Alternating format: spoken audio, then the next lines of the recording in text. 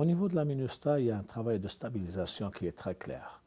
Très clair, on l'a vu par exemple au niveau des élections, on l'a vu au retour constitutionnel, on l'a vu au niveau du renforcement de la capacité de la PNH. On l'a vu à plusieurs niveaux, ça c'est incontestable. C'est un travail qui est d'une très bonne qualité, qu'il va falloir maintenant renforcer et aller au-delà, c'est-à-dire au-delà pour que cette stabilité soit plus durable et plus pérenne, qu'elle soit renforcée au niveau du développement, qu'elle soit renforcée au niveau des acteurs nationaux, que le gouvernement, que les acteurs nationaux prennent également s'approprient encore plus cet effort, cette stabilisation, cette responsabilité pour la stabilisation du pays. L'autre acquis au niveau du travail des agences des Nations Unies, du système des Nations Unies, c'est également, ils ont eu un travail de soutien au travail de la MINUSTAH, mais comme Haïti est un pays qui fait face à beaucoup de désastres naturels et de crises, je pense que le travail du système des Nations Unies a quand même aidé à établir une certaine capacité nationale à faire face à ces défis. Il y a eu par exemple le travail au niveau du PDNA, c'est-à-dire le Post-Disaster Needs Assessment, ou bien l'évaluation des besoins post-désastre. C'est un bon travail parce que ça met l'accent sur la nécessité de planifier la relève et la reconstruction, pas seulement l'action humanitaire. Le système des Nations Unies a travaillé avec le ministère du Plan, le ministère de l'Intérieur, la DPC, le département de la Protection civile, le ministère de la Santé et d'autres ministères, l'éducation, pour vraiment faire en sorte que ces ministères également soient préparés à faire face à ces défis naturels, à ces désastres naturels. Il y a également un travail qui est fait au niveau du renforcement des institutions, au niveau de travail dans l'arrière-pays également. C'est fait par le PNUD, mais c'est un travail qui est fait également par l'UNICEF, par l'OMS au niveau de l'eau et l'assainissement.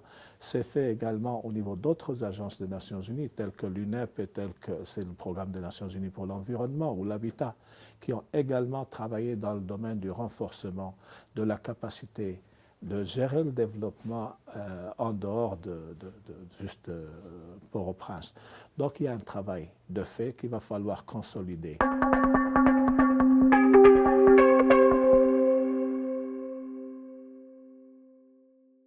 Bien sûr, il y a des défis et je pense que ce qu'on doit faire, c'est faire en sorte, encore une fois, que la partie nationale prenne responsabilité pour la pérennité de ce développement, la pérennité de ces résultats.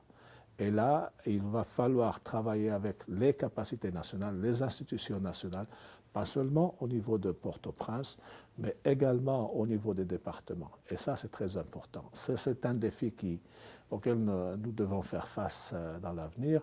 L'autre défi, c'est un défi pour le système des Nations Unies. Le système des Nations Unies, étant donné la situation en Haïti, qui était une situation de consolidation de la stabilité, en même temps faire face à des crises humanitaires et au séisme, à Mathieu, etc., on s'est trouvé en train de travailler dans un mode de réaction, un mode d'humanitaire et un mode de gestion de crise. Maintenant, il va falloir passer de ce mode de travail à un autre mode de travail qui est un mode de renforcement des capacités nationales, un mode où ce seraient les institutions nationales elles-mêmes qui prennent les choses en main. Et ça, on doit également se préparer à l'intérieur du système des Nations Unies à travailler d'une autre façon. Ça, c'est un autre défi que nous avons.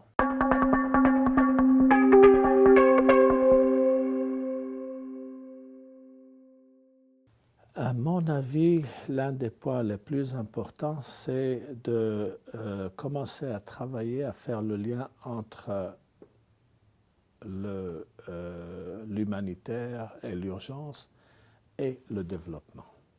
Il va falloir qu'on mette l'accent plus sur le développement. Je ne veux pas dire qu'on va oublier l'humanitaire. On aura encore à travailler sur l'humanitaire.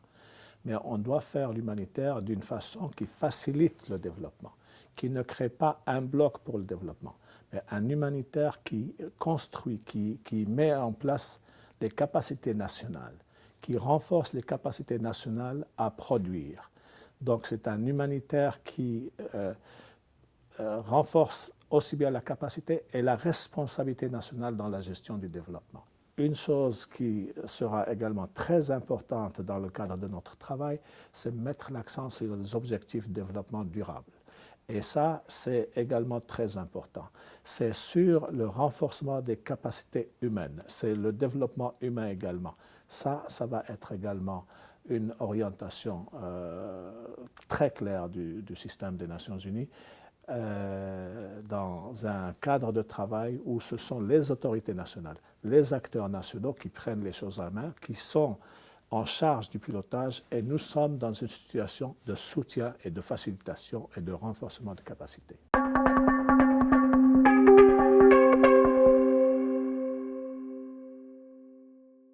D'abord, les ODD, ce n'est pas seulement l'affaire du PNUD. Les ODD, c'est l'affaire de tout le monde.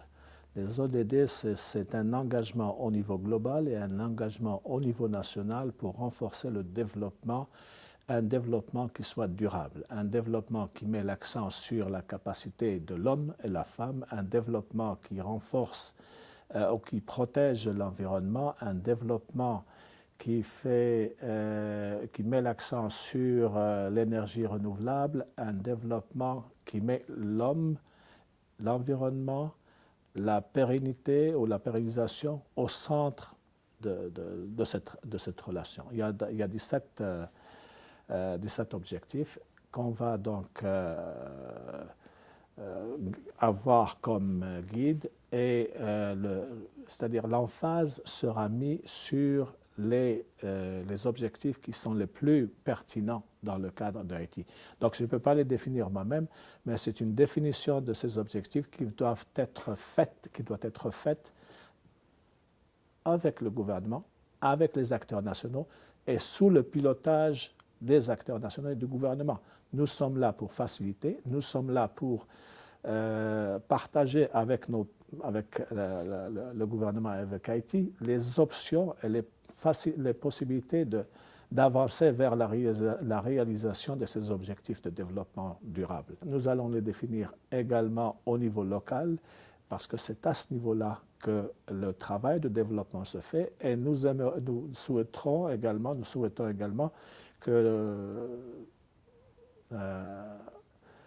grâce à cette emphase sur les objectifs du développement, on aura une plus grande diversification de l'économie nationale, on aura une plus grande participation des acteurs nationaux dans le développement.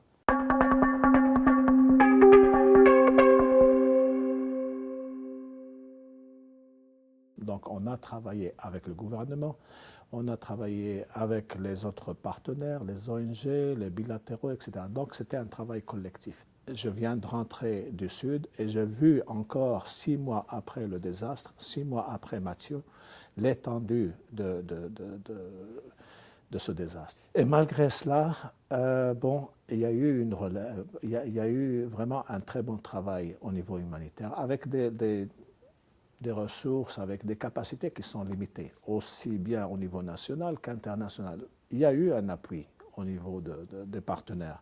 Il y a eu le Flash Appeal, l'appel éclair, qui a été assez bien financé, assez bien. Il y a eu une bonne réponse, 70%, qui est très bien pour des cas comme cela. Et il y a eu après cela d'autres appels, mais ce qu'on a vu, c'est que d'abord, une réponse au niveau urgence qui est assez bonne, au niveau de la nourriture, au niveau de l'abri, au niveau de la santé, au niveau de l'assainissement, qui est assez bonne. Mais il reste encore des gaps, il reste encore des besoins au niveau humanitaire et des besoins au niveau du relèvement.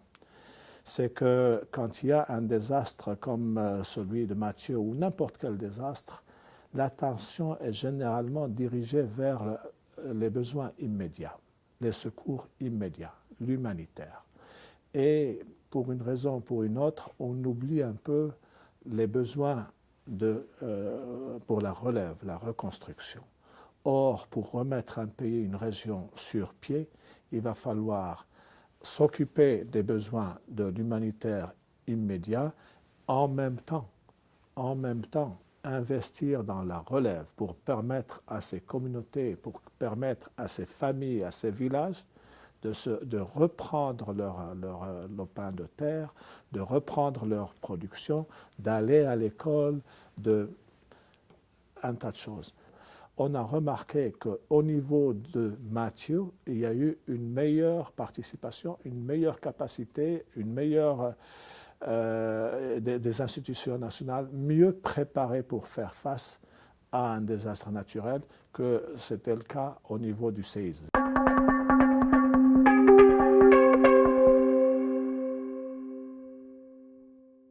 Quand on fait le travail humanitaire et on met l'accent sur l'immédiat, sans regarder un peu la reprise et la relève et la reconstruction des capacités productives des collectivités, ça ne résout pas le problème entièrement.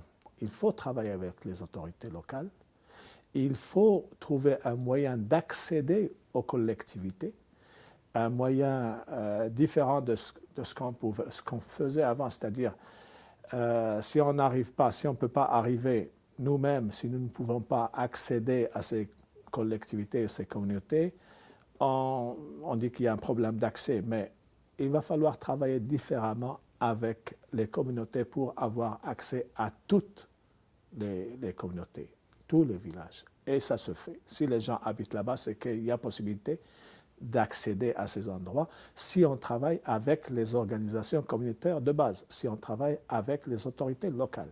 J'étais à Port-Salut, j'étais au Cail et j'ai fait la route jusqu'à Jérémie. On a eu une réunion avec l'équipe humanitaire à Jérémie et il y avait également une présentation Port-Salut par la CNSA sur la situation alimentaire au sud. Il y a bien sûr une insécurité alimentaire. Il y a des poches également d'insécurité alimentaire. Il y a des poches d'insécurité alimentaire sévères. Donc il va falloir prendre ça au sérieux. Mais il n'y a pas de famine. Il y a bien sûr des gens qui ont faim, mais il n'y a pas de famine quand on définit ce qu'une famine veut dire. Mais il y a des poches d'insécurité alimentaire. Il y a de l'insécurité alimentaire, des poches d'insécurité alimentaire sévères. Il va falloir qu'on travaille ensemble également pour avoir accès à ces poches, leur fournir l'aide immédiate, parce qu'il faut encore fournir une aide humanitaire maintenant. On a pu atteindre ou bien distribuer des semences pour couvrir à peu près 60% des besoins, ce qui laisse quand même 40% des besoins qui ne sont toujours pas couverts. Ça veut dire qu'après si on n'augmente pas ce taux maintenant dans les 2 ou 3 semaines qui nous restent, on risque encore d'avoir une bonne partie de la population qui sera sans récolte le mois de mai et le mois de juin. Et là, nous aurons encore un travail à faire au niveau de l'humanitaire pour vraiment empêcher ces gens-là, pour empêcher que l'insécurité alimentaire ne devienne plus importante. C'est un peu notre emphase pour l'avenir, meilleure préparation, une approche plutôt proactive, mais, et là je demande encore à tous les partenaires, également aux autorités nationales, de mettre l'accent sur les activités de la relève. Si ces personnes, si ces collectivités, si ces villageois n'ont pas la possibilité de produire, ils seront toujours dans cette situation de dépendant. On dépend de l'aide qui va venir de l'extérieur. La relève est aussi importante que l'humanitaire immédiat. Ou ka suiv nou sou Facebook, Twitter ak YouTube.